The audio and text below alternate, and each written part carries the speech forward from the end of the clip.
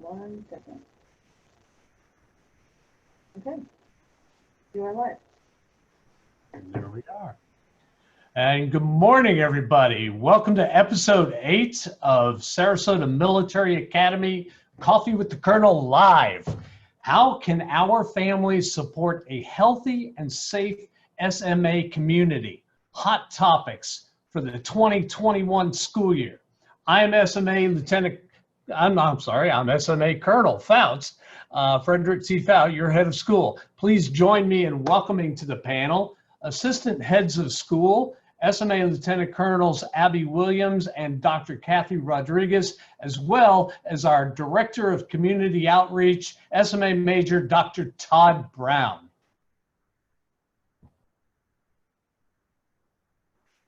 Go ahead, Kathy, translate.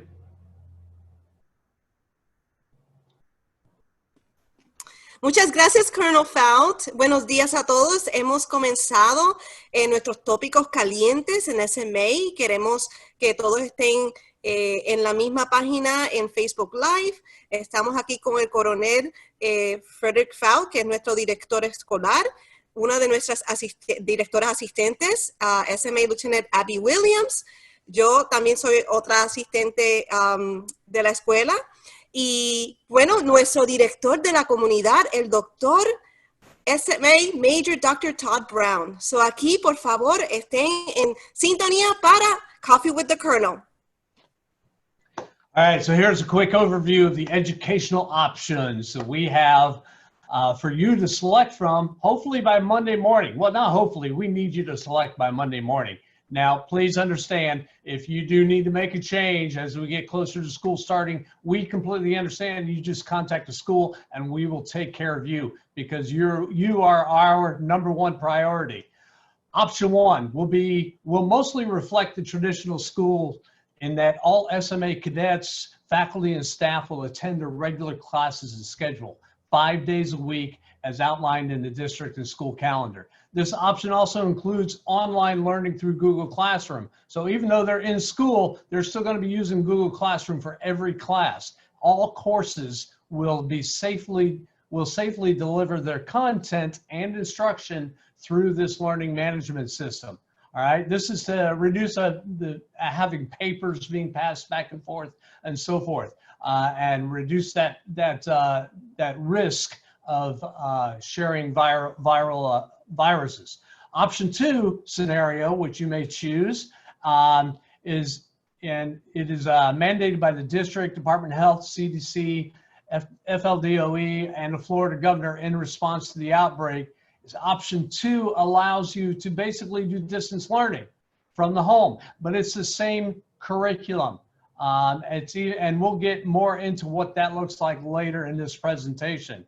You can make your selection and access all of these resources by going to SarasotaMilitaryAcademy.org and on the COVID-19 page, where you can read the letter about the options, make your selection, and also get a lot of information about how to stay safe. Dr. Rodriguez? Yes, sir. So, ¿qué vamos a hablar esta mañana? Tenemos varias cosas en nuestra agenda. Tenemos que hablar sobre el formato instruccional que va a dar SMA este año escolar. Tenemos las 2 opciones que queremos hablar con ustedes, que es venir a la escuela los 5 días a la semana. Tenemos la otra opción que es el aprendizaje a distancia, que vamos a hablar un poquito de cómo se van a ver esos diferentes formatos. También vamos a hablar sobre nuestra página en línea de SMA, el website, donde ustedes podrán encontrar las cartas que hemos escrito para la comunidad y las encuestas, en esa encuesta que es para la fecha del lunes.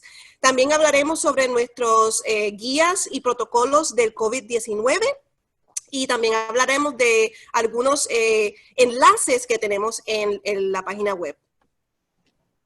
You can also see on this screen that we have a QR code, and this QR code will take you directly to those resources. Now, would you please welcome our Director of Community Outreach, Dr. Todd Brown, to give us an overview of COVID-19 pandemic education and how we can work together to foster a healthy SMA community. Well, thank you, Colonel Fout. I appreciate you allowing me and the high school allowing me to jump in here real quick and get some information to everyone. I wanted to show you a couple of things. I wanted to give you a little bit of before what we're doing as to really why we're doing it. So we have a little bit of better understanding as to the steps we're taking, and again, the why, which is really important. So 2 seconds here, I'll share my screen with everyone. We'll go from here. Okay, hopefully everybody can see the screen. It should be just solid white. We need to understand here as we go through this that, hold on a second, the screen is, let me do it this way. Technical difficulty, no worries.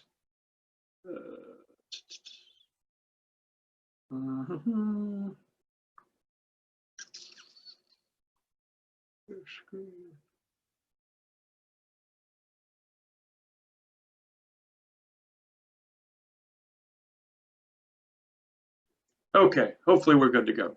Everybody see that? It's actually changing. We good? Okay, excellent. So here we go. When we look at the mitigation strategies from a COVID-19 standpoint, or really any pathogen, we need to look at this as these concentric circles, starting with the school students, moving outward to the staff, their respective households and the students' households, and then extended relatives. Because essentially what we're looking at when we return to school is the pathogen, such as COVID-19, is going to come, if at all, hopefully not, but it will come from the outside inward. So it's going to be moving through these different concentric circles into the student population and the actual school as we move through. So as it moves into, we have to keep in mind these things. There's not a single mitigation strategy that will be 100% successful. So what we're trying to do is layer these different types of strategies in order to hopefully stop things before they get into the school and then have it start to proliferate and spread throughout the school and then to the staff and extend it into the households and then moving from there. These strategies really, if we can start it from the outside circle, will give us time to adapt to what's happening and hopefully cut off the transmission chain as it moves through. That's really what we're trying to do. So we need to have everybody on board in order to try to stop this, because it's not necessarily about a zero COVID strategy as much as we're trying to. It's about giving us enough time to catch things as quickly as we can, break off transmission streams, and then adapt to what we need to do to keep everybody as healthy as we possibly can. Right now, we're seeing at this point pretty consistently in multiple countries, especially the United States, and this is kind of staggering, that 10% of the infected people are responsible for 80% of the infections. So essentially what that's called is a super spreader. So that's what we're trying to do here, is trying to catch the situation in which a super spreader can then spread to an enormous amount of people. A lot of people have trouble visualizing what that means. So I wanted to drop this in real quick and give you an understanding. So this is the MERS outbreak of 2015. If you look at this, there is a circle here. I'm trying to get my mouse over. There's a couple of circles with red outlines. These are super spreaders. So you are looking at an individual that is responsible for all the different infections all over the entire screen, basically. When you look at all of these infections, there's really 3 people that were super spreaders, or 4 people that were super spreaders, that accounted for everything you're seeing on the screen. So if we can catch symptoms and we can catch contacts early enough on the outside of those concentric circles, we can prevent a super spreader from possibly entering the school campus and then proliferating the spread all over the entire campus, all over households, and then beyond. So I wanted to pause real quick if you want to, Dr. Rodriguez, just to summarize real quick, and then we'll move on. Thank you, Dr. Todd. ¿Qué es lo que está diciendo el doctor aquí? Es lo que está también hablando sobre lo que se está haciendo con el patógeno COVID-19. Y cuando ven en este círculo que ven los estudiantes, el personal, la casa y las personas, los parientes, ven que el patógeno no comienza de adentro hacia afuera, sino el patógeno del COVID-19 empieza de afuera hacia adentro. Entonces ven cómo entonces va la transmisión. You can put the next slide. Él explica que el 10% de individuos que tienen el COVID-19 infectan el 80% de casos positivos. Es lo que llama ahí el super spreader. Ese individuo es el que está causando que muchas personas entonces tengan el coronavirus. Entonces, si nosotros podemos, es lo que también dice de las mitigaciones. Nosotros estamos tratando de hacer muchas mitigaciones, pero eso a veces no garantiza que la transmisión del patógeno no pase. Lo que él está queriendo decir que si nosotros podemos monitorear los síntomas y monitorear los lugares de X individuo que puede tener los síntomas, puede presentar los síntomas como no puede presentar los síntomas, si podemos, como dice, track o monitorear a esa persona, entonces nosotros podemos adaptarnos y mitigar ese proceso para mantener a nuestra comunidad sana y saludable. Thank you. So MERS is more infectious than what we're dealing with COVID. But to drive the point home with super spreader, especially with COVID, we need to look at South Korea. And we're talking about super spreaders. If you look at the bottom of the screen, the little blue icon here at the bottom is patient 31.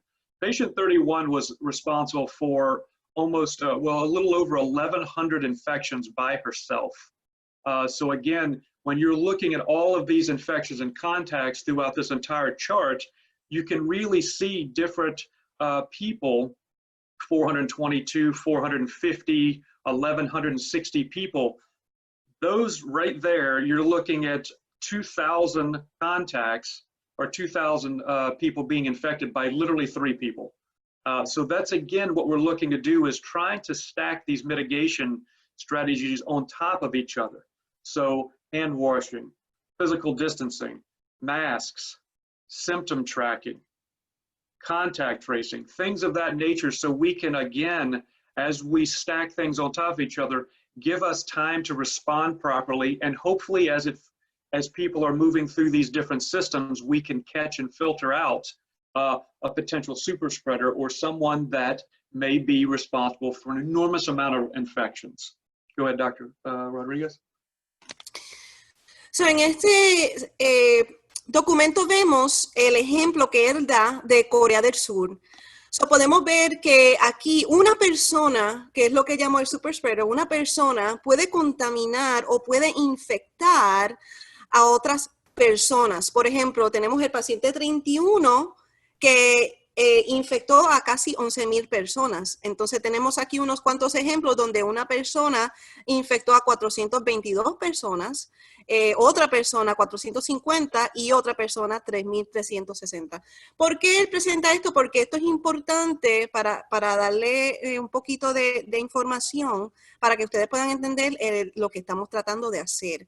Por eso es importante esas mitigaciones de mascarillas, usar mascarillas, el distanciamiento social, monitorear los síntomas para nosotros poder adaptarnos y mejorar nuestras mitigaciones en este momento. Very good, thank you. So with that in mind, I'm just going to run through some quick questions that a lot of people have and explain real quick when it comes to the Scout program.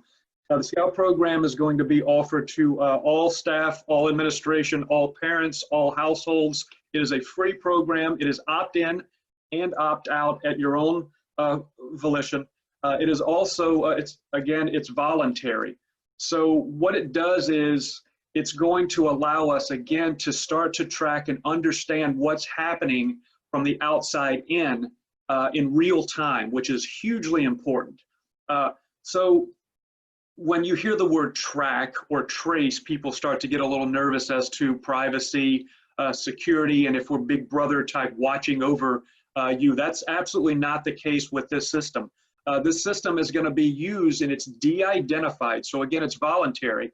The more people that we have involved, the more robust the system will be, and the better our early warning sign or our early warning platform will be. So when you opt in, it basically, you will be sent a text or an SMS message. You will log on just like you'd log on to any website. You will put in your specific email and password. That information is de-identified. So no one else will know who that is other than the person running the platform, which will be internally within the school. If every day when you get up or at night, whenever you, if you have symptoms, you just simply enter in the symptoms and then close it out. So that way we can start to see who's exhibiting what symptoms before we even have an opportunity, or you have an opportunity to possibly go get a test. Right now, the test turnaround's anywhere from 7 to 18 days. When you think about how important it is to start tracking cases before it starts to spread, if we wait a week, 2, 3 weeks, by then, when we talk about potential super spreaders, that's hundreds of people that could have been exposed before we even have an opportunity to react. So that's why we're doing it the way we're doing it. So when your data is sent to that database or that platform, someone from the inside at the school that has access, that information now will be cross-referenced with attendance, school schedules, so we can see who is here, who's not. We can see how they traveled by virtue of what their class schedule is. And then if we get really specific, within a classroom, we can now see who was seated around the potential case. I'll let Dr. Rodriguez jump in and then I'll finish up. I'll try to do justice, Dr. Brown. Yeah, no problem. So, ¿qué él está hablando? Él está hablando sobre la aplicación de Scout, que es una aplicación gratis, es algo nuevo, innovador que está pasando ahora. Y él está hablando sobre que el que quiera participar, todo el mundo va a tener, en nuestra comunidad de SMA, va a tener acceso a esta aplicación Scout. Usted puede rechazar o aceptar participar en el Scout, pero si es voluntario, pues nos ayudará a hacer muchas cosas. Yo sé que él habló sobre monitorear, que mucha gente dice, pero yo no quiero que a mí me monitoreen.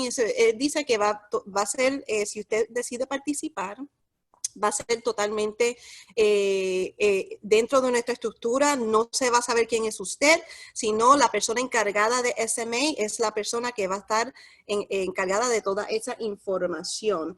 Si usted decide participar, se le va a mandar un mensaje de texto y unas instrucciones, y así es como se va a saber, de acuerdo a esa información, quién es usted, no por nombre, sino por una identificación diferente. Por ejemplo, esto va a ser, un ejemplo es que si usted tiene síntomas, decide participar, usted tiene síntomas, los reporta en el app. Y entonces esa información actual llega a la data.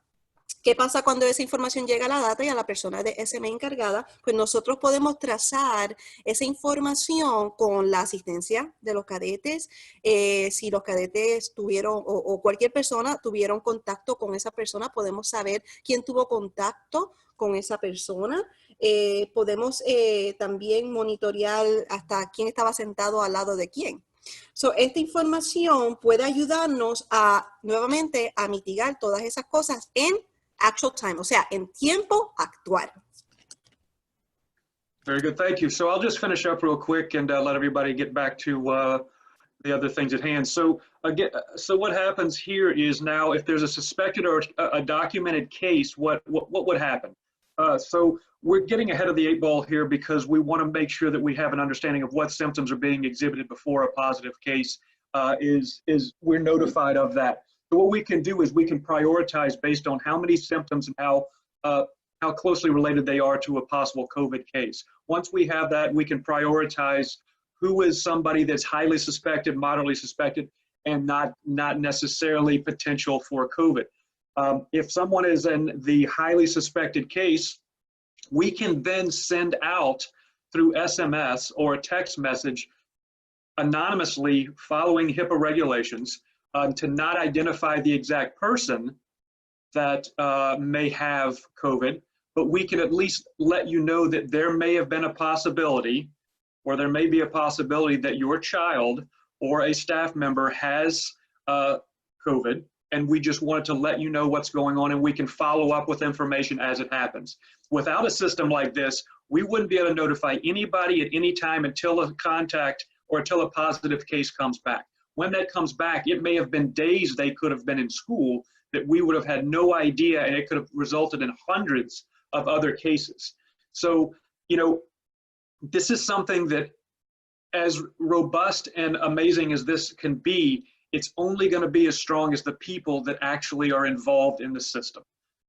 So if we don't have a lot of people involved, if we don't have a lot of people actually being consistent throughout the platform, it's not going to be that strong. This is not a magic bullet. But what this is a stronger platform and layer on top of the other mitigation strategies that will allow us to get ahead of it, hopefully, and also give us time to figure out what to do, when to do, and how to do it far quicker than if we were to wait for a positive test. If you have any other questions, please email me. I'm happy to engage at any given time. So thank you very much for your time, and I look forward to engaging with people as soon as I can. Thank you.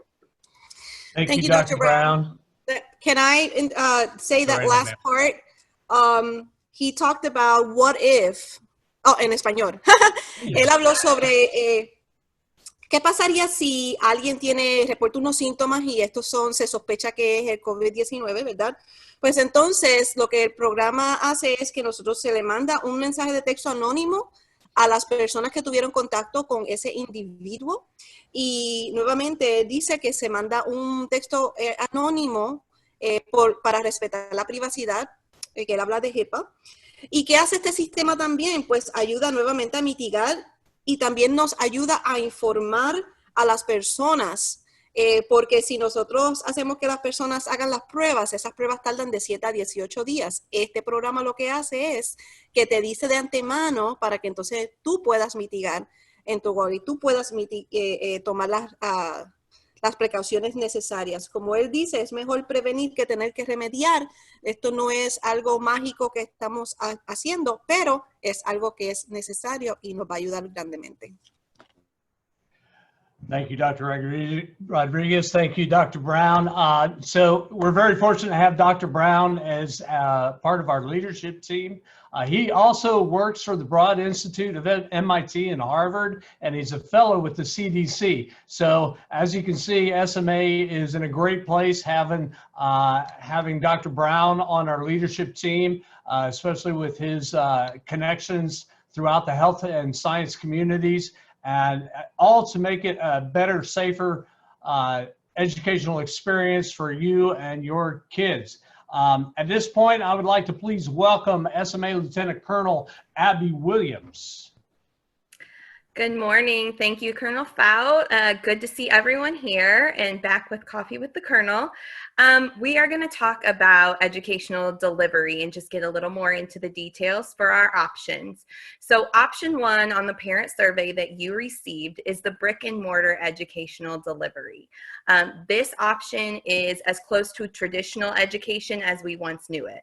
Obviously, we know that things have changed and we'll have to make adaptations to it, but this is what you would have known basically as traditional education in the past.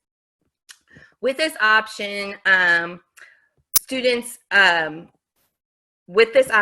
will now be able to interact with fellow cadets, whether they're in the classroom or if there are cadets attending virtually as well. So they will also have, obviously, their teacher, instructor there, and be able to have the benefits of being in person, face-to-face. Teachers will be running flipped classrooms with the expectation that students or cadets come prepared to class, that the instructors have put materials forth for them to study before coming in. So the flipped classroom puts more of the homework piece, is basically front loading the information so that when students come into class, they are prepared and ready to get going on whatever the topic might be. Assignment due dates obviously will still be put into place. Expectations for students to adhere to those due dates will still apply. With the flipped classroom though, whether you're in person or remote, you'll have a weekly agenda posted on Google Classroom that cadets can prepare and anticipate what's going to be coming up throughout the week. And then that way they can manage their workload and their time more efficiently. So if they know that they have something going on, let's say Tuesday evening, that's going to prevent them from being able to, do the lesson ahead of time, they can front load themselves on Monday evening and take care of that before they go into class Monday and Tuesday. So they can get ahead of the game and make sure that they are using their time as efficiently as possible. Being on campus as the traditional brick and mortar option will ensure that cadets have face-to-face experiences with instructors and support staff.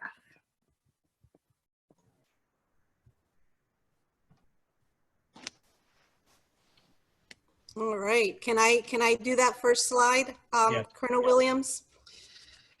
Nuevamente, esta opción es la más tradicional. Los cadetes van a la escuela los 5 días a la semana con ciertas adaptaciones, como por ejemplo los cadetes sí van a estar presentes en la clase, van a tener a sus maestros, que son los mismos maestros que están asignados a esa clase. Se les va a dar nuevamente la plataforma que ellos están teniendo, que están usando Google Classroom, están usando su email. Los maestros seguirán usando esa plataforma. I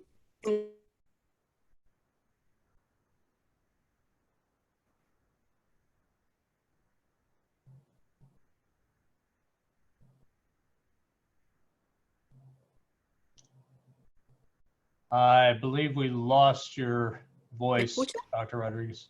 Oh, I'm still there? Okay. Y There you pues, en cuanto al trabajo, las expectativas son iguales. So, las expectativas de trabajo tienen que hacer todas sus asignaciones, tienen la dicha de hablar con los maestros personalmente y directamente. Y nuevamente, todo se va a ver igual, pero con esas ciertas adaptaciones que hablamos. Excellent, thank you. This is a great opportunity to jump to a question that was posted on our Facebook Live. The question was, should students bring their laptop to school? That is actually an excellent question, and I'm so glad you asked that, because regardless of whether you're brick and mortar or you are distance learning, a laptop is going to be a key educational tool. Yes, we do have some Chromebooks that we can check out for the students who are in need, but quite honestly, we don't have enough for everybody. So if your cadet has a laptop that they can use, yes, it would be great. Bring it to school, because all of their educational materials are going to be delivered digitally. This is so that we can reduce the amount of, sharing papers and pencils and textbooks. It's a great way to help reduce spread. So yes, please, laptops would be great. And if you're thinking about going out and purchasing a laptop, Chromebooks are a cheaper version and they work great with Google Classroom, but any regular laptop that has the Chrome browser will be very effective. Yeah, and if you have any specific questions about that, especially if your child is involved in like our tech classes, just please give me a call or email me, and you'll have our information here later at the end of the presentation. So, la pregunta fue si puede mi estudiante traer su propia computadora o dispositivo, y la respuesta es sí, claro que sí. Realmente, si vas en línea o tradicional, todos los estudiantes van a necesitar una computadora, y es importante, pues, si usted tiene una computadora, que sí la pueden traer a la escuela. Si no tiene una computadora y está pensando en comprar una computadora, la mejor versión es la Chromebook, porque puede usarla con todas las aplicaciones que estamos usando de G Suite. Si no puede comprar una computadora, SMA, la verdad es que no tenemos muchas computadoras tan limitadas, pero si tenemos, le damos una prestada. Okay? Pero buena pregunta. All right, so this next slide, we're going to start getting into the nuts and bolts. Well, what does it look like when I come to campus, or when my kid comes to campus? So Dr. Rodriguez, I'm just going to take this in little chunks because it's a lot of information. So I'll stop after paragraphs and let you go ahead and do a brief summary. So due to the COVID-19 pandemic environment, safe schools has taken on a whole new meaning. affecting how we go about our everyday business. In order to foster a safe and healthy learning environment on campus, we have developed the following guidelines based on CDC and Department of Health guidelines and required by Sarasota County School District and the Florida Department of Education. So some of these protocols that we will all be following, cadets, staff, faculty, and we want families at home to follow it all. We will strictly have strictly enforced entry points, 3 of them when you come to school, and it will not be open until 6:30. So please don't try to drop your kid off at 6 o'clock because we cannot accommodate them at that time. But at 6:30, we will be open and we will be ready to check temperatures. If they're being dropped off, all bus riders and drivers that are coming to campus, so if they're coming by bus or if they are seniors parking in the senior parking lot, when they get off the bus or out of their car, they have to line up socially distanced to get their temperatures checked. All right. Bus riders, and if you do not meet that temperature check requirement, we are going to have to isolate you and call home and have parents come pick them up. That's a requirement. And that temperature is 100.4 degrees. You cannot exceed that. This is a hard and fast rule. Now, yes, we will do a second temperature check after a few minutes just to make sure that the device is working properly. But then that person's got to go home, okay? They have to be isolated from everybody else and they got to go home. Go ahead, ma'am. So, debido a la pandemia del COVID-19, nosotros las escuelas hemos tenido que hacer ciertos cambios y ciertas adaptaciones, como hemos hablado, y hemos seguido las guías y protocolos de CDC, y una de las cosas que queremos hablar es cuando su estudiante venga a la escuela. ¿Cuáles son algunas de las cosas que usted va a ver? Vamos a hablar sobre cuando esos 3 puntos, 3 entradas a la escuela. Número 1. La entrada a la escuela de los estudiantes que toman el autobús. Cada uno de ellos, la segunda punto de entrada es los que andan a la escuela y el tercer punto de entrada los que vienen en carro o en vehículo. ¿Qué va a pasar? El comienzo de la escuela es a las 6:30 de la mañana, no antes, es a las 6:30 de la mañana. Vamos a comenzar porque tenemos que hacer chequeos de temperatura, o sea, tenemos que chequear la temperatura del estudiante. Nuevamente tenemos los termómetros y lamentablemente si el estudiante tiene más de 100.4 grados, tenemos que mandarlo a la casa. Ahora bien, nosotros vamos a hacer unos chequeos unos minutos después porque puede ser que el termómetro necesita hacerlo de nuevo, pero queremos que usted entienda que esto es muy importante y que los chequeos se van a hacer a diario.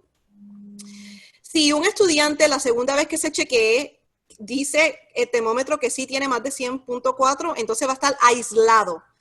Este estudiante va a estar aislado, se le va a llamar al papá o a la mamá, si era uno de los que andaban o es del bus, y se mandará a su casa. Si ese estudiante estaba en el carro y la segunda vez que se chequeó tiene la temperatura alta, pues lamentablemente en el mismo carro se queda porque no va a poder venir a la escuela. So walkers and those who are parking in the off-campus parking, the new JPL on Orange Avenue, they will enter through the little front gate on Orange Avenue.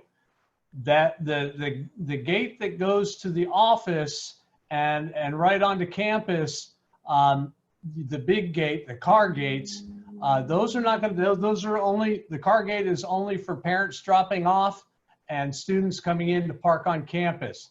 But so everybody else is going to be directed to go through that little gate on Orange Avenue where you will be temperature checked once again.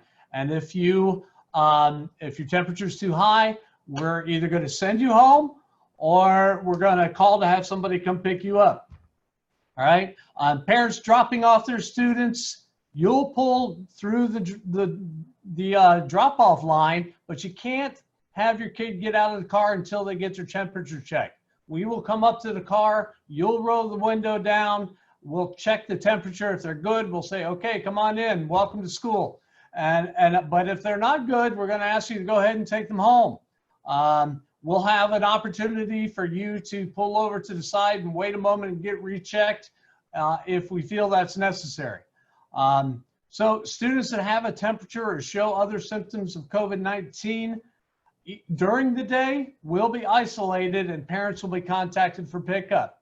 When you pick up, we're going to ask you to call ahead of time if they're in isolation, and we're going to have you pick them up off of Orange Avenue, straight out from the clinic. Due to these requirements, visitors will not be permitted without prior approval from administration. So we're trying to do all our communication with parents via email, phone call, or like Zoom. Nuevamente, él está hablando sobre los 3 puntos de entrada.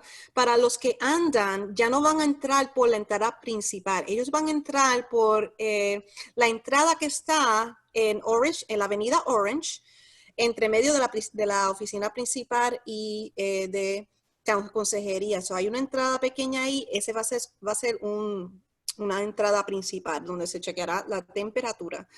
Número 2, están los que vienen en carro, en vehículo. Ellos sí van a entrar por la oficina principal.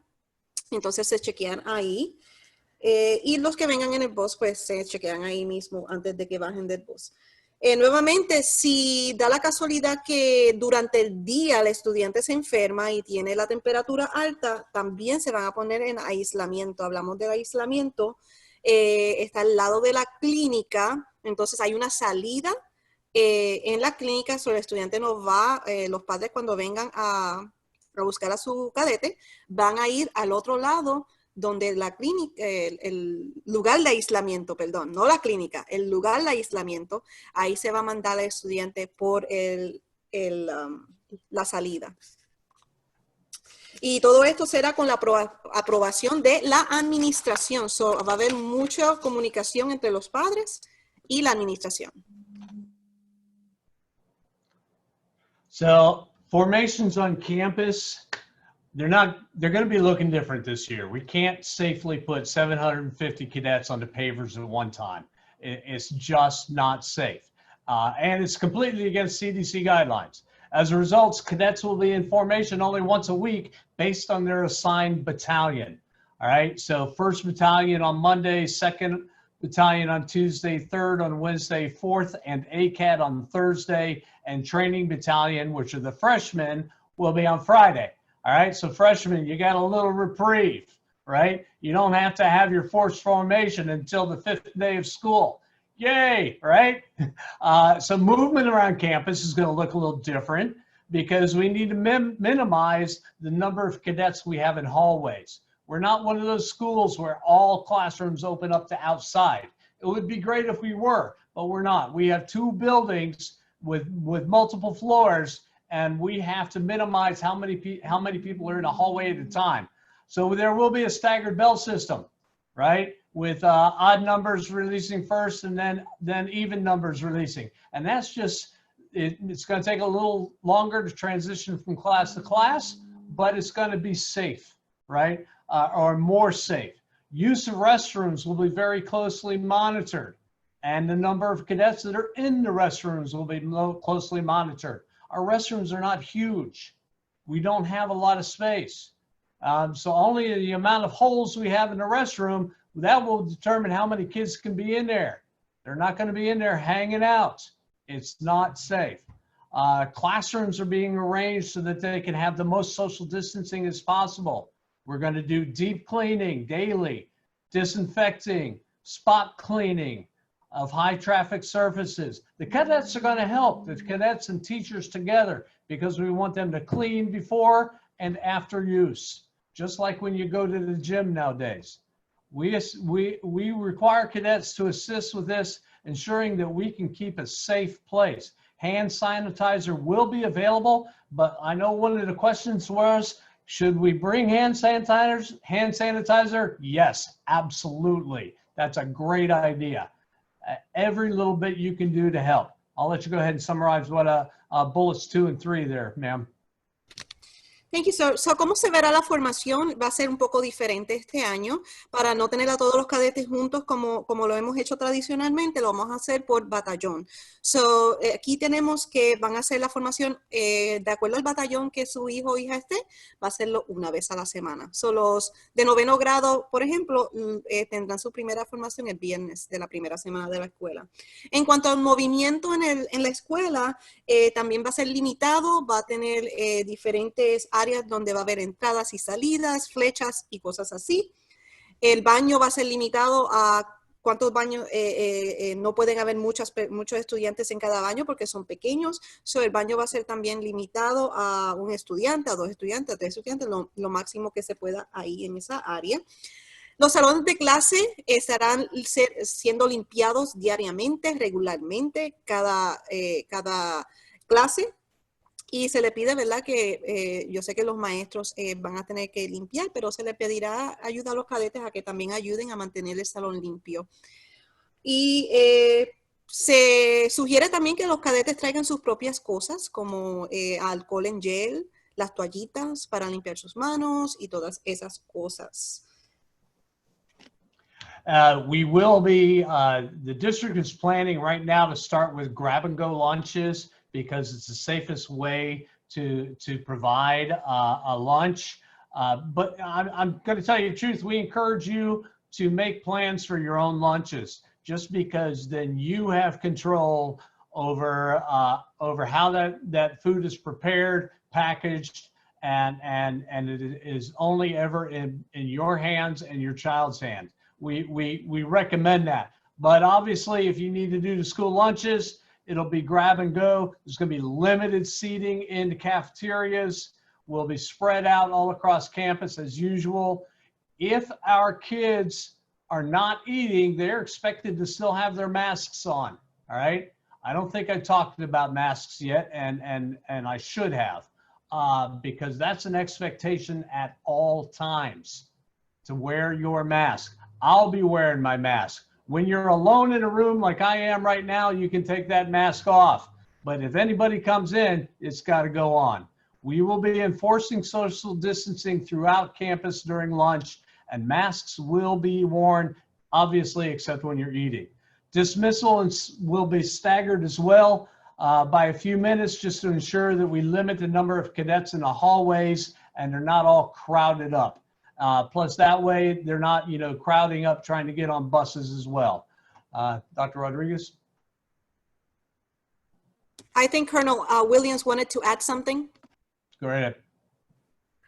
I know that we've had families that have been on free and reduced lunch in the past, but with everything that's changed in the world, we understand that people's situation may have changed as well. So if you are a family that you think you might qualify, or if you're not sure, please go on the Sarasota County School Board website and apply for free and reduced lunch to see if you qualify. We do not want anyone going hungry. And so, like I said, especially we know that many people's situations have changed in the last few months. Please, please, please go on, apply for it, take advantage of the opportunity. Nobody knows. Every student puts their number in at lunch just like everyone else. And so we don't even know who receives free and reduced lunch. So please, please, please, there is no shame in that. We want to make sure that every student is able to get food if they are hungry. Thank you, ma'am. Great point. Go ahead, Dr. Rodriguez. Thank you, Colonel Williams. Yeah, really great point. So vamos a traducir un poquito esta área de los almuerzos. Se van a dar almuerzos rápidos, ese es el famoso grab and go. El county va a dar almuerzos para los estudiantes.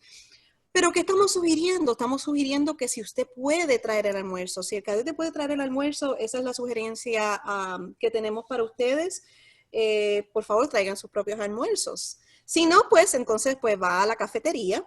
Recordándoles que en la cafetería también se va a hacer el distanciamiento social, van a haber asientos limitados y nuevamente Colonel Fout dijo que si su cadete no está comiendo, pues entonces tiene que tener la mascarilla en todo momento. Lo que Colonel Williams estaba diciendo es que nosotros en el county tienen una aplicación para los almuerzos gratis para el cadete. y los almuerzos con costos reducidos. Si usted financieramente puede tener ese servicio y ese apoyo, estamos recomendando que por favor haga ese formulario, complete ese formulario para que su hijo o hija pueda entonces tener almuerzos gratis o con costos reducidos. Eso es un servicio que se le da a todas las familias que cualifican. Y si usted cree que cualifica y si no cree que cualifica, nosotros sugerimos que como quiera haga la aplicación. Eso es muy importante y no queremos que ningún niño, ninguna niña esté sin comer y sin comida. Colonel Fout también habló sobre las salidas, cómo van los estudiantes a salir y él dice que van a ser stagger. Eso quiere decir que van a salir unos pocos a la vez. Igualmente en las entradas y el cambio de clases son unos pocos a la vez. And now, once again, Lieutenant Colonel Williams, and ma'am, when you go through this, I know you're talking a little bit about masks. If you could talk about what our expectations are for masks as well, that would be great. Thank you, Colonel Fout. So new protocols, preparations, and procedures have been put in place, which Colonel Fout already touched on a little bit. One of the things that we are extremely excited to be offering coming this school year is going to be touchless water fillers. So water fountains won't be available, but we highly encourage each student to have a refillable water bottle with them at all times so that we can promote hydration. They'll be able to just put the bottle in, it automatically senses that it's there and fill it up. So there's no contact, no touching, anything like that. So that's awesome. We're so excited to be able to offer that this year. In addition, as Colonel Fout touched on, masks will be required while on campus. The only time that it is appropriate to not have your mask on is when you're eating or drinking, or if for some reason you are outside, socially distant, you can take your mask off for a second and get some fresh air while you guys are out there. But if you are not socially distant, and especially if you're inside,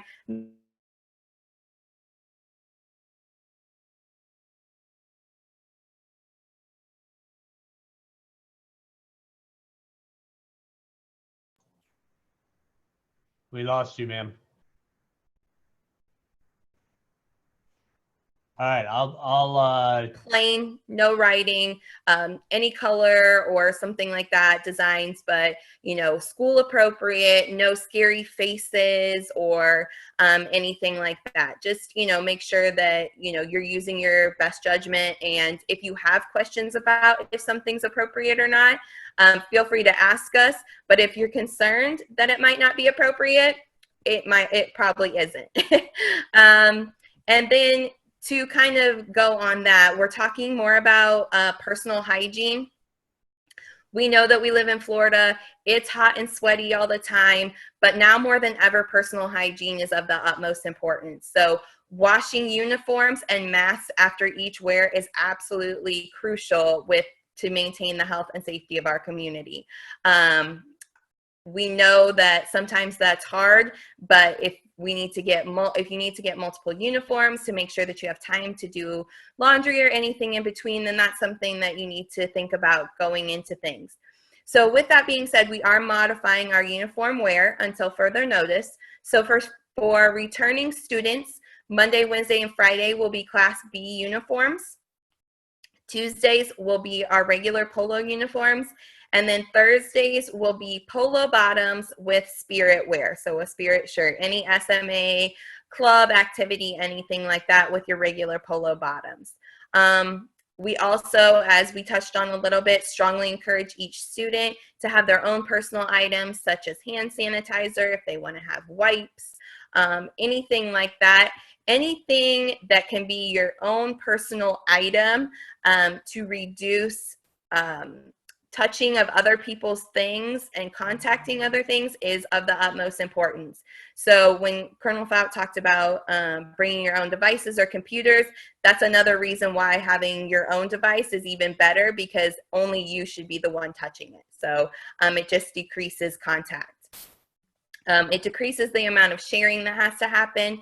Obviously, like I said before, and Colonel Fout said before, we will have those things available on campus, but the more you can provide for yourself to keep yourself in your own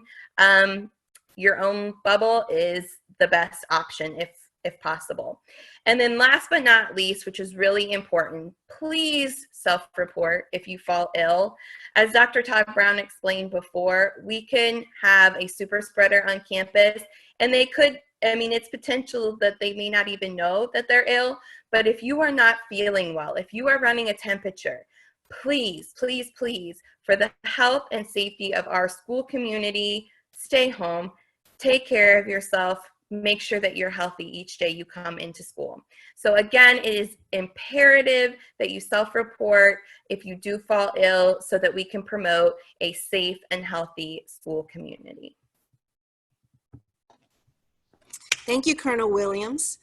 Aquí unas cuantas cosas bien, por lo menos esto me emociona mucho. No tenemos las fuentes de agua que teníamos, o sea, todavía las tenemos, pero van a poner nuevas fuentes de agua de estas que no tenemos ni que tocar. So, cada estudiante necesita una botella de agua donde ellos puedan ponerle agua, un refill de agua, fácil. So, eso es algo innovador que está pasando en nuestra escuela y eso me emociona mucho porque queremos que nuestros cadetes estén hidratados y que tomen agua porque eso es necesario. Ella también habló sobre la higiene personal, esto es muy importante. Por favor, que cuando usen su uniforme y sus mascarillas, que ustedes, la sugerencia es que se laven estos materiales, esta ropa, porque es importante para mantener la salud y que, bueno, y que se eliminen las bacterias y todas esas cosas. En cuestión de las mascarillas, es bien sencillo, es mandatorio. Tenemos que usar mascarillas en todo momento y en cuestión de distanciamiento social. Si un estudiante necesita aire, pues tiene que alejarse del grupo, quitarse la mascarilla, respirar unos cuantos segundos, volver a ponérsela si va a estar cerca del grupo. Muy importante. En cuanto a los uniformes, las primeras 2 semanas, pues para los estudiantes nuevos, ellos van a estar usando su uniforme con la polo toda la semana y la camisa de un club o una actividad extracurricular que diga SMA, opcional en los jueves. En cuanto a los estudiantes que regresan a SMA, que son nuestros estudiantes que regresan, pues los lunes, miércoles y viernes utilizarán su uniforme clase B. Los martes utilizarán uniforme polo, que son uniformes con los pantalones de Children's World. Y los jueves, el uniforme polo con los pantalones, pero puede usar cualquier camisa de un club que tenga escrito SMA en la camisa, nuevamente. Nuevamente, la sugerencia es que cada estudiante tenga sus propias cosas, toallitas, those are the wipes, el alcohol con gel, hand sanitizer, y que tenga sus propias cosas. Como ya dijo, la computadora, si tiene una, traiga la suya. Si nadie la comparte, usted solamente tiene sus cosas personales, no comparte sus cositas. ¿Ok? Y lo último es que reporte si está enfermo a la escuela para nosotros saber y mitigar esas cosas. Si usted, padre que me escucha, es el que está enfermo, pues, y piensa que pudo haber sido infectado con el COVID-19, pues entonces usted mantiene a su hijo o hija hasta que sepa. Muchas gracias. Colonel Williams, can you touch again once more on the masks, because you went silent for a little bit. Great internet service, right? Right. And then also, can you talk about the Lysol trick for the Class B uniforms? Okay, so as I was stating before, masks are required on campus all of the time. The only time that masks are able to be removed is when they are eating or drinking, or if they're outside for lunch, which they may be outside for lunch and they can be socially distanced from people and get some fresh air while they're doing that sort of thing. And some classes may be going outside too, and get some of that fresh air in. As far as the type of masks, you know, the regular mask that goes here and around your ears, or, you know, ties behind your head, the gaiters that come like up over your nose, and those are appropriate as well. As long as your nose and mouth are covered, then that's the most important thing. And then kind of like sort of closed down here. So like the face shields don't close down here, so that's why they're not as effective. And so it's a nose mouth covering that we're requiring. As far as designs or anything like that, We're encouraging school appropriate. Obviously, we're going to do no writing. So if there's designs, like I have flowers on one of mine or something like that, those are fine. But no writing, nothing offensive, school appropriate, no scary faces, because we don't want the masks. We already are going to be distracted by them in the classroom, and we don't want to cause any more distractions than necessary. And so if you kind of have a question like this might be appropriate or not appropriate for school, it's probably not.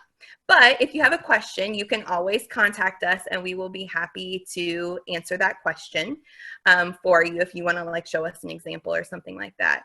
And then as far as Lysol goes, just recently the FDA approved Lysol to kill the coronavirus or the COVID-19 germs.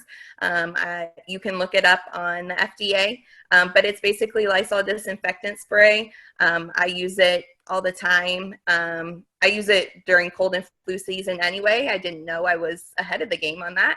And so you can, you know, spray your uniforms to try to kill some of those germs that are on the surface of clothing and things like that. And we will be providing one mask that we got. It's a cloth mask, washable, reusable, that we got from a donor. The surgical masks are absolutely okay. They're highly recommended. And I'll tell you the truth, you know, I like to wear the gaiter that goes around the neck and but the problem is, and I'm going to tell you the truth, it's not recommended because it's a very thin material. The cloth masks that are double ply or triple ply are much better, and the surgical masks are much better. Ma'am? And one other thing that I know I've seen it more for elementary and things like that, but we have been talking and got approval from Cadet Command for students to be able to wear lanyards, like plain lanyards, and they can hook their mask on it. Because as you know, at SMA, with everything looking the same, you know, jackets, shoes, everything like that, it's hard to keep track of, you know, what is your own. So in an attempt to make sure that masks stay with the person that they're intended to be with, you can hook a lanyard on one side of your mask. So like when you're eating lunch or something like that, that it stays with you and you don't have to worry about, oh my goodness, where's my mask, or somebody else picking it up or anything like that, but it keeps it with the person that it's intended to be with. And we will provide the lanyard. We're getting Army lanyards for you. Awesome. I didn't even know that. Go ahead, Dr. Rodriguez. So queremos nuevamente decir sobre las mascarillas, qué clase de mascarilla estamos usando. Estaba hablando ella sobre lo que es apropiado y lo que no es apropiado. En cuanto a las mascarillas, los diseños, nada escrito en los diseños, solamente la que diga SMA es la que vamos a aceptar. Cualquier color sólido, cualquier diseño apropiado, pues sí, también. Nuevamente, si usted cree, ay, no sé, esto será apropiado, esto no será apropiado. Si usted está haciéndose esa pregunta, quizás no es apropiado. Así que no lo use. En cuanto al lisor, el spray de lisol, usted puede usar eso para los uniformes, dice el CDC, y toda la información dice que el lisol spray mata los gérmenes en la ropa, en el aire, y eso es algo que nosotros usamos siempre. Así que, por favor, también usted puede comprar ese spray de lisol y mantener los uniformes, la clase B y el polo, todo con ese lisol spray. And stay on, Dr. Rodriguez. Our PTCC, SMA PTCC, will be selling as a fundraiser, which all of their funds go back into the classroom to help your kids. They will be selling SMA masks and spirit wear, and you'll be able to get them and pay for them online so that you don't have to be, you know, handling money and doing all that kind of stuff that spreads virus. So el PTCC, que es Parent Teacher Cadet Council, esto es que nosotros unidos, si usted no es miembro del PTCC, el PTCC, hágase miembro hoy. If you're not a member of the PTCC, make sure that you are a member today. El PTCC va a vender uniformes de esos, las camisas de clubes, cualquier cosa que se llama Spirit Wear lo va a vender, puede comprarlo en línea, puede pagarlo en línea. Nuevamente, si usted coopera con el PTCC, todo ese fondo financiero va nuevamente a las clases, va nuevamente a nuestros cadetes, ayudar en cuanto a las actividades de la escuela. Así que por favor, sea miembro, si no lo es, coopere, porque eso es muy importante y estarán vendiendo ciertos materiales que nosotros vamos a usar en la escuela. Thank you, Dr. Rodriguez. Thank you, Colonel Williams. I'm certain that many of you have the question, what will distance learning look like this year? I can tell you that we learned a great deal with our experience of emergency distance learning this past spring. We know that distance learning is not ideal for most students. And the only students who are really successful with this model are highly motivated self-learners. For this reason, and reflecting on all the feedback that we received from teachers, cadets, parents, we knew we needed to have increased structure and supports, clearly stated expectations, and improved communication. Distance learning is an option family may choose, but we are well aware that we and all schools may be required at some point to go full distance learning for everybody, for the entire student body. Plus, if a student is feeling ill, they should be able to continue their learning from home. So if you are feeling ill that day, you have a slight temperature, you're feeling nauseous, you're getting body pains, you have a headache, stay home and do it online, because it's going to be there for you. So it is an option to choose, and quite honestly, right now we have about 40% of our families that are choosing that. And we are so happy that we can do this for you. And I can tell you our biggest goal is to make sure that this distance learning is equitable to the in-person learning. For this reason, we have opted for a blended learning model called flipped classroom. The flipped classroom has all of the curricular materials on a digital or online learning management system, and we use Google Classroom in every classroom.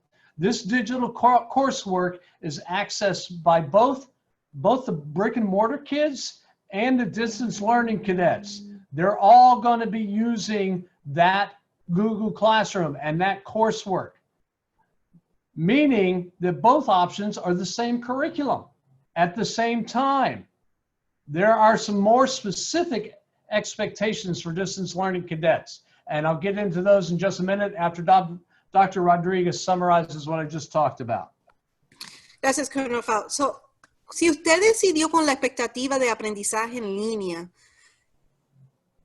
no vamos a hacer lo mismo que hicimos en marzo. Este aprendizaje en línea va a ser totalmente diferente. Entendemos que quizás si usted escogió esta opción, pudo haber sido por salud, pudo haber sido por preocupación y pudo haber sido por cualquier otra cosa. Queremos que usted sepa que esta opción es muy importante, tanto como la tradicional como esta opción. Estamos haciendo todo lo posible para que haya equidad en los formatos instruccionales de SMA.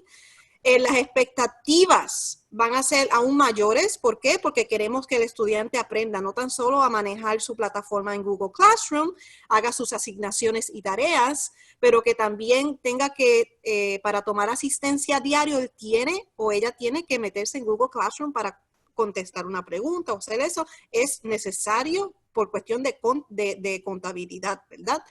En cuestión de trabajos que necesiten estar, vamos a suponer el maestro diga, esto es para el viernes, no es para el lunes, es para el viernes. Eso es muy importante que los estudiantes que estén haciendo trabajo en línea sepan cuándo los trabajos tienen que estar sometidos al maestro. Nuevamente, se ha aumentado la comunicación entre maestro y estudiante y padres. Como Colonel Fout dijo, se está haciendo un flipped classroom. Esto es un modelo híbrido instruccional que se está hablando mucho y ha sido bien exitoso en cuanto a esta área. Y nuevamente vamos a tener mucho más comunicación con los estudiantes. Y por favor, vamos a tener también mucho apoyo e intervenciones en cuanto al formato en línea. Thank you, ma'am. So cadets, they have to log in the distance. If you're doing distance learning, well, this is true in person as well. You log into your course every day and you respond to an anticipatory question. This is a content related question, but this also serves as their attendance. If they don't do it, they're absent that day, and that's how it's going to be reported. All right. So all cadets and the ones that are at home, they have to log on and do this before 2 o'clock in the afternoon. If they don't, they will be marked absent. All right. And when they log in, I'll tell you what, it's great with the learning management system because it automatically timestamps it. We know when you've logged in. All right.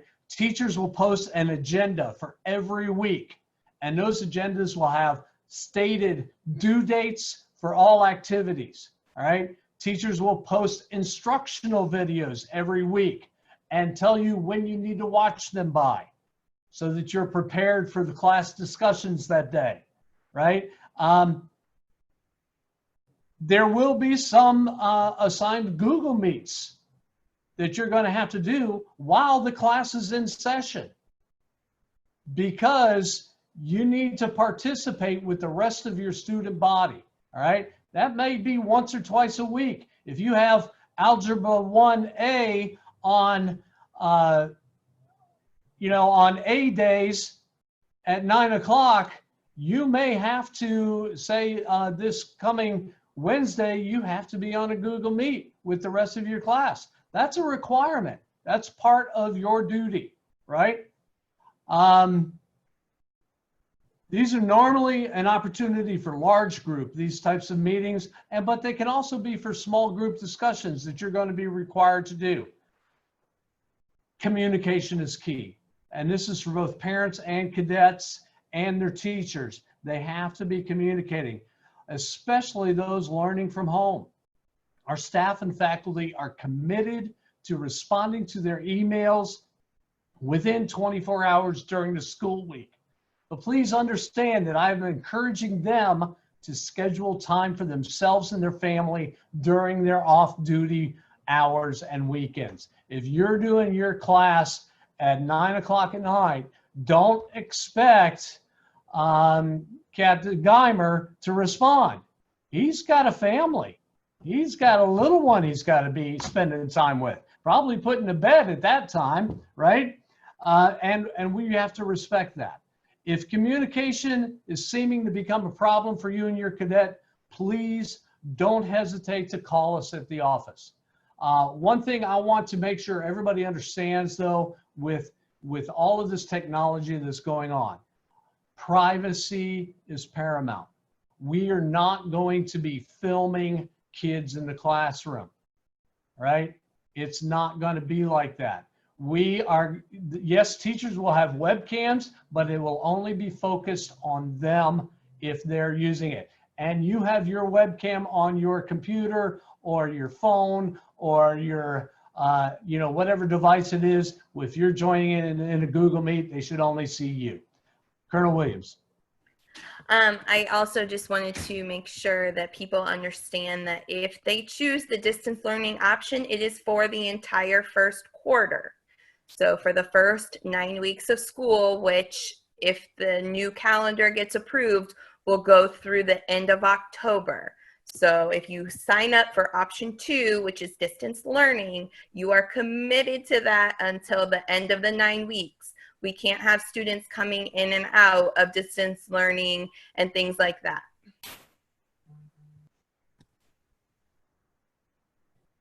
Doctor, you're muted, Dr. Rodriguez. Got it. Couple of points here that I want to go back.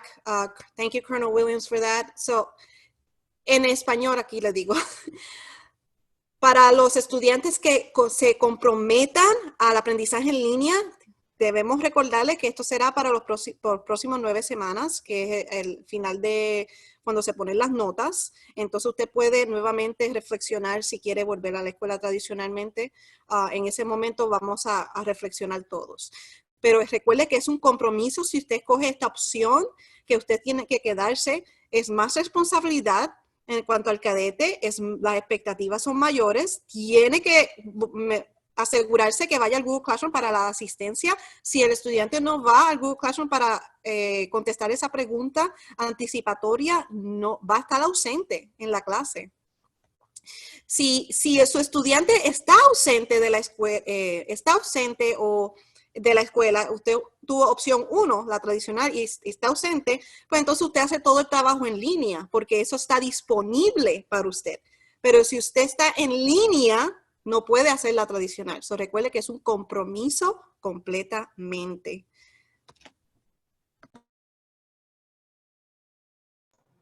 Thank you, ma'am. Just a couple quick things. We're actually at the end of our agenda and we're a little bit over an hour. So I got a couple more questions I wanted to answer. First, I want to answer the question. I had a question about senior IB classes. As you all know, this is our last year of IB, and this is our celebrated senior class this year. I can't wait to see things happening. Yes, they'll still have IB will also have everything available in the blended model. IB will probably, if you can still select option 1 or option 2 for IB, just understand with option 2, you're probably with IB going to be required to be on at the time of class every day.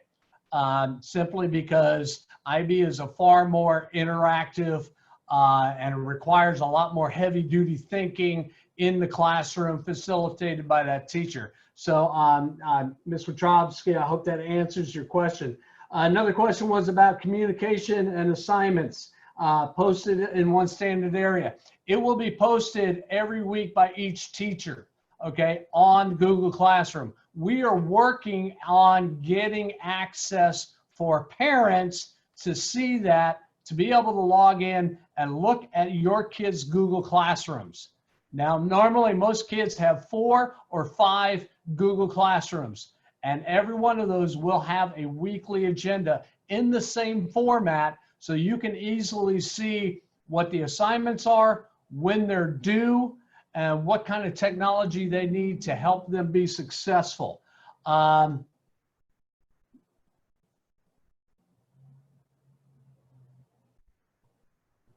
What else did I want to say? Oh, I wanted to do a quick shout out. So I noticed that on our Facebook Live, we have our new PTCC president, El Presidente, Ms. Cedillo. Thank you so much for being on here. And please reach out to PTCC. You can do that through the links on a website. They actually have their own email address. They need your help. We can continue to make SMA the best school in the Tri-County area, and it's with us working together as a community, we're going to have the best education program, best extracurricular programs, and COVID-19 is not going to hold us back. I would like to thank my colleagues, Dr. Brown, SMA Lieutenant Colonels Williams, and Dr. Rodriguez for joining us today. At this point, if there's any other questions, I'll open up to the panel here if they have any others that they want to make sure that they talk about.